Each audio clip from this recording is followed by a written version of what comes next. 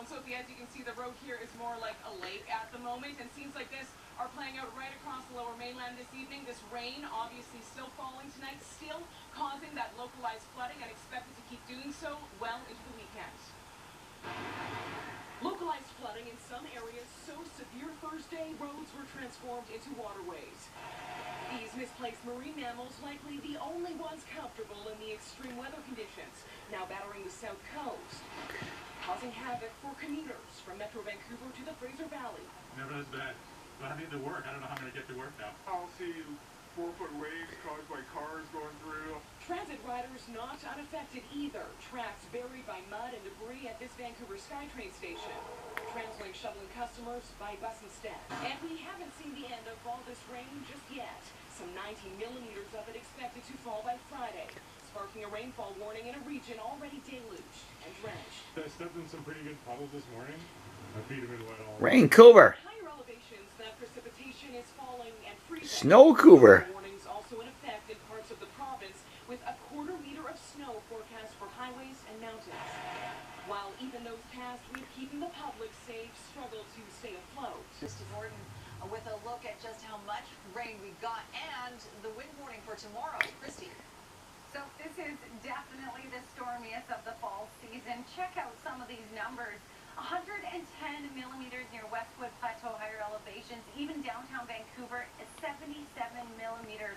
Now this is more than the storm we saw on Tuesday, where we also had flooding, but incredible numbers, that's for sure. And now we're in for a windstorm. We'll see rain as well, but the wind Vancouver now. today up to 90 kilometers an hour all across the south coast, but it includes much of the lower mainland. When I come back, we'll show you the timeline of when I expect those strongest winds, but it's definitely a concern. Power outages, down trees, the ground is so incredibly saturated that we could see some major problems. And then after that, we've got a whole series of storms that are still on the way. A bit of a break Saturday morning, and then we're right back into the rain.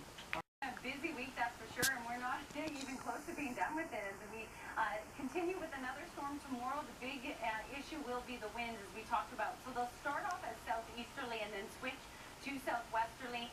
We will see sustained winds 40 to 60 kilometers an hour, but the gusts ranging up to 90 kilometers an hour. Now, earlier in the day, these will be southeasterly. That's not when we're expecting the gusts up to 90 kilometers an hour. We're talking more 70 kilometers an hour, and it will be the areas sort of south of the Fraser River that will be hit hardest. So Tsawwassen, over towards Delta, White Rock, Langley, Abbotsford, and then all around the outside of Vancouver Island.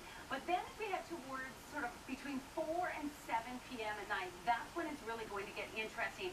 The gusts will switch to be more southwesterly, and that's when we could see it all across the lower mainland. And it will be right during the commute home, and we're absolutely expecting power outages. So we're talking 80 to potentially 90 kilometers an hour. We'll be tracking that closely. Southwesterly is not sort of a Stanley Park scenario, certainly, but when we get these stronger winds, that could be quite damaging, especially considering the ground is so saturated right now. We could be looking at some serious power outages with down trees. Vancouver. Snowcouver. Windcouver. Another 15 centimeters on top of the 25 they've seen already. Look at Rogers Path, the parking lot right now. In fact, they've closed the highway down on both sides of it because of avalanche control right now. So this is not the place to be heading, that's for sure.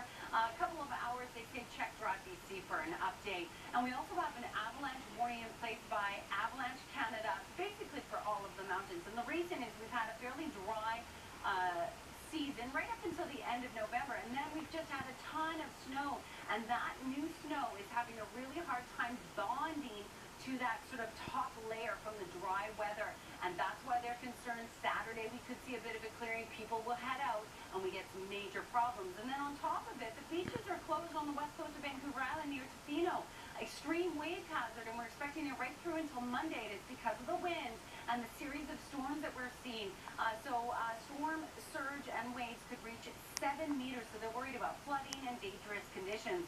Here's your forecast for tomorrow. So we are going to see snow all across these northern regions, down through the south. A lighter day for you tomorrow, but you're expecting strong winds up to 70 kilometers an hour as well, but the bulk of the winds will be along the coast.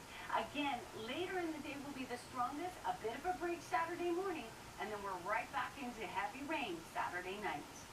Call those blow-ups Santas are in danger. Yes, exactly. Deflate. Okay, thanks very much, Christy. A huge flap now in New Jersey this holiday season over some oddly positioned